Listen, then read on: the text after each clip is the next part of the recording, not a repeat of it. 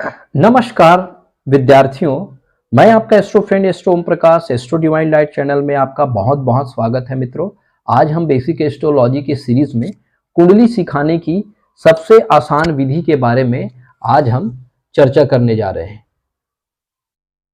जी हाँ विद्यार्थियों, कुंडली सिखाने की सबसे आसान विधि के बारे में आइए हम अपने तासीर को कैसे जानें।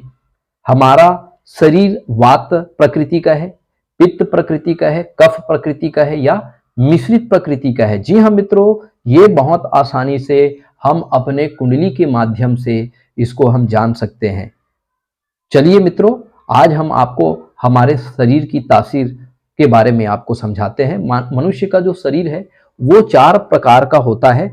एक होता है पित्त स्वभाव, दूसरा होता है वात स्वभाव और तीसरा होता है कफ स्वभाव और चौथा होता है मिश्रित। पित्त, वात, कफ और मिश्रित, मूलतः ये 4 स्वभाव होते हैं हमारे शरीर की। और इन्हीं जो तत्वों में जब हमारे शरीर में कोई विकार उत्पन्न होता है, कोई कमी उत्पन्न होता है या अधिकता उत्पन्न होती है, तभी हमारे शरीर में क्या है, रोग उत्पन्न होते हैं। तो मूलतः रोग उत्पन्न होने के 3 कारण होते हैं, वात, पित्त और कफ में इम्बैलेंस का होना। तो कहीं न कहीं इनका असंतुलन ही हमारे शरीर को रोग पैदा करता है। तो विभिन्न जो व्याधियां होती है हमारे शरीर में, उनकी जो प्रकृति होती है वो 3 होती है। इसको हम त्रिदोष कहते हैं, वात, पित्त और कफ। तो इन्हीं को जब तक हम बैलेंस नहीं करेंगे तब तक जो है हमें स्वास्थ्य लाभ प्राप्त नहीं हो सकता। आइए दर्शकों, आज हम इस राशि के हिसाब से हम इस जातक का स्वभाव के बारे में जानेंगे कि वो पित्त प्रकृति का है कि वात प्रकृति का है या कफ प्रकृति का है या फिर मिश्रित प्रकृति का है। आइए दर्शकों, सबसे पहला पित्त प्रकृति। तो पित्त जो राशि होती है वो होती है 1, 5, 9, क्योंकि ये अग्नि तत्व राशि होती है। यहां पर आपको सूर्य का प्रभाव देखने को मिलेगा। पहले भाव में सूर्य कारक होते हैं, दूसरा भाव में स्वयं सूर्य स्वामी होते हैं और 9वें भाव में भी सूर्य को कारक रखा गया, इसलिए ये पित्त प्रकृति होते हैं। दूसरा होता है वात प्रकृति। वात प्रकृति मतलब ये जो वायु होते हैं, वायु के कारक होते हैं। ऐसे जातकों में वायु विकार होता है और इसी वायु विकार के चलते बड़े बड़े व्याधियां या रोग ऐसे जातकों को होता है।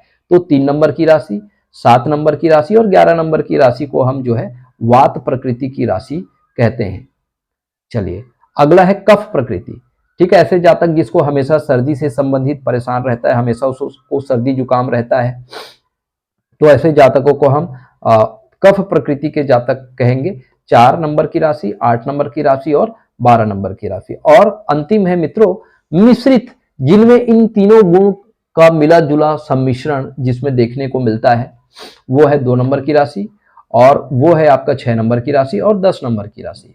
जी हाँ विद्यार्थियों, तो चलिए इस जातक का क्या स्वभाव होगा, इसको हम वात, पित्त और कफ या मिश्रित में से कौन से श्रेणी में रखेंगे, इस कुंडली के माध्यम से आज हम बड़े ही सरल और सहज ढंग से आपको समझाने का प्रयास करते हैं। जी हाँ मित्रों, चलिए 1, 5, 9, 1, 5, 9, इसमें कितने ग्रह बैठे हुए हैं, 1 और 2 ग्रह, राहु और बुध ग्रह।